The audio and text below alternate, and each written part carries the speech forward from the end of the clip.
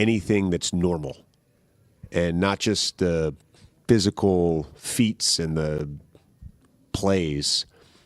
It's the mentality.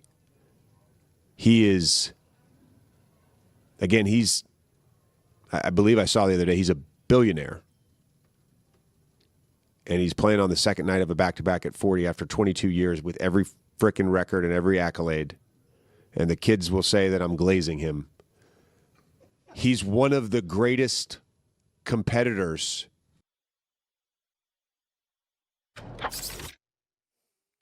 Okay. Stephen A., what are your thoughts about what JJ just had to say about LeBron? Number one, I like the glasses, Molly. Keep them on. Thank Number you. two, They're new. I got to tell you this. I can't see anything. I have a I stigmatism. know. That's why I was teaching you. I know you can't see with them on all the time. JJ Redick didn't tell a lie. He said the absolute truth. I just hope that he wasn't talking as if somebody didn't notice that or people haven't said that about LeBron James. When have people not said that about LeBron James? Matter of fact. 2 days ago? What did we say 2 days ago?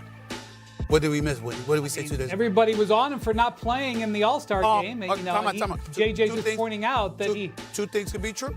Two things could be true. I'll still get on him for not playing the All-Star game. He should have played. He should have dressed, and he should have played even if it was just for a few minutes. He absolutely should have played. All of a sudden, the ankle and the foot injury doesn't seem that bad. Not over the last 2 games, right? If you could do it then, you probably could have played a few minutes on Sunday. That's all I'm saying. But two things could be true. That could be true, while in the same breath, every syllable that J.J. Redick uttered about him is true. And to LeBron James, to his family, to his loved ones, to his fans across the globe and everything, LeBron James is one of the top 2 greatest players in the history of basketball. He's an incredible ambassador for the game. He is a treasure to the game. We will miss him when he is gone. He's a 4-time champion, 4-time league MVP. There is nothing. And the biggest thing about him, he has never, ever cheated the game outside of All-Star Weekend. He's never cheated the game.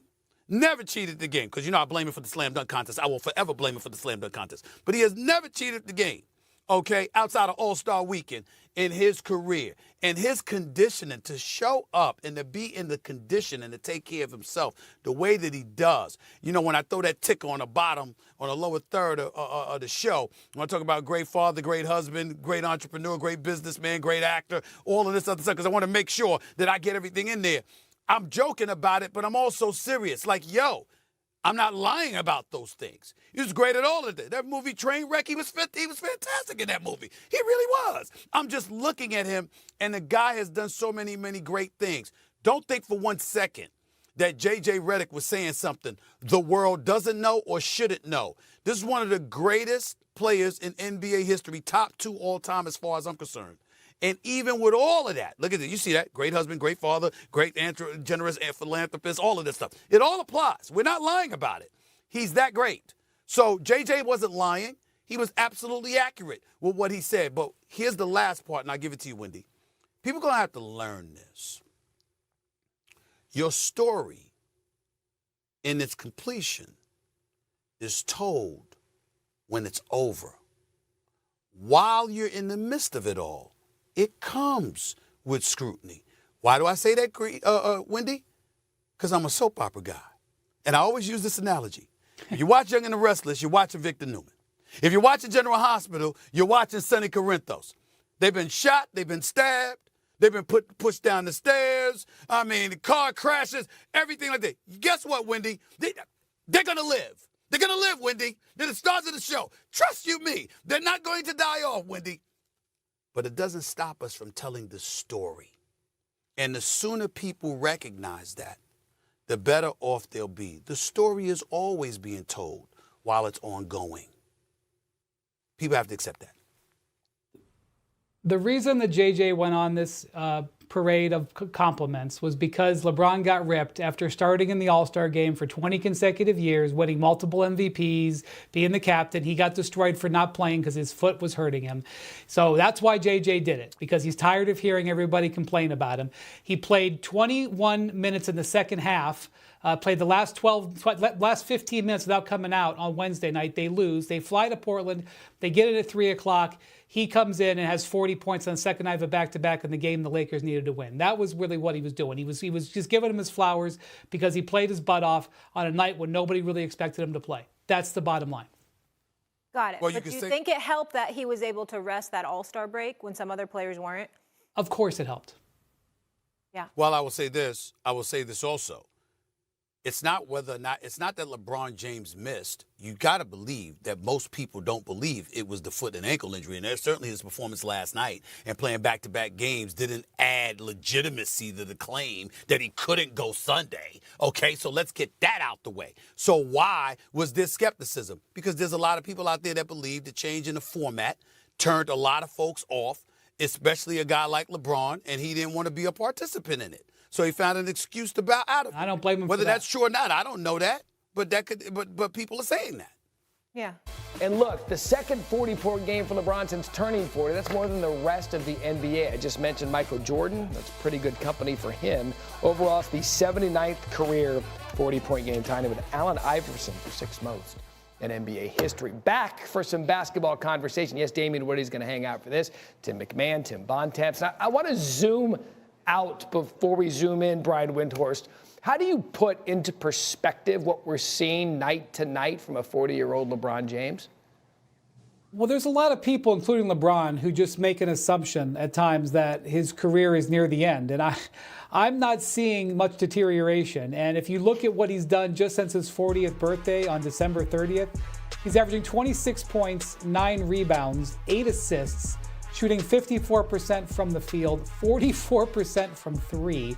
That's over 22 games. That's not a good week. He is not slowing down. The Lakers are 14-8 in those games.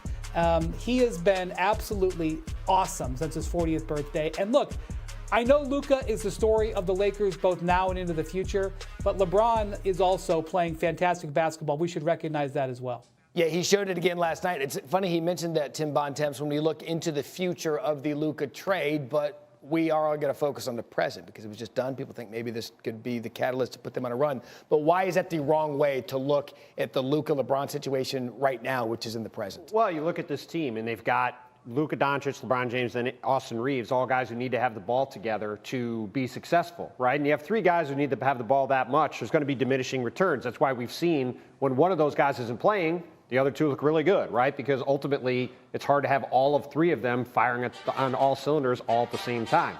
And without Anthony Davis on this team, yes, they've been on a great run. Yes, their defense has been good lately. I just don't see this team being able to play at the level defensively with this unbalanced roster to be able to be a real championship caliber team, despite the fact that LeBron still looks like a top 10 or whatever player in the league, and Luka Doncic is great, and Austin Reeves is good. There's just too much of an unbalanced nature to this team. Yeah, and look, we believe that this trade in the long run, Tim McMahon, is going to work out much better for the Lakers. Luka, 25 years old, still entering the prime of his career, and you've covered his career for the entire time. How well do you think he'll quickly be able to expect to assimilate with LeBron and the Lakers and really his role with this team, big picture? Yeah, and we saw Luka go through something similar a couple years ago when the Mavericks traded for Kyrie midseason. And really the mistakes that they made, or they deferred too much to each other. Also, the supporting cast was terrible. They were still a very good offensive team. Look, Luka and LeBron, these are 2 of the best basketball minds of all time. They will figure things out. One thing LeBron figured out real quick, if he runs, Luka's the best look-ahead passer in the league. You can expect to see a lot of that. How long is this going to take to really start cooking, though?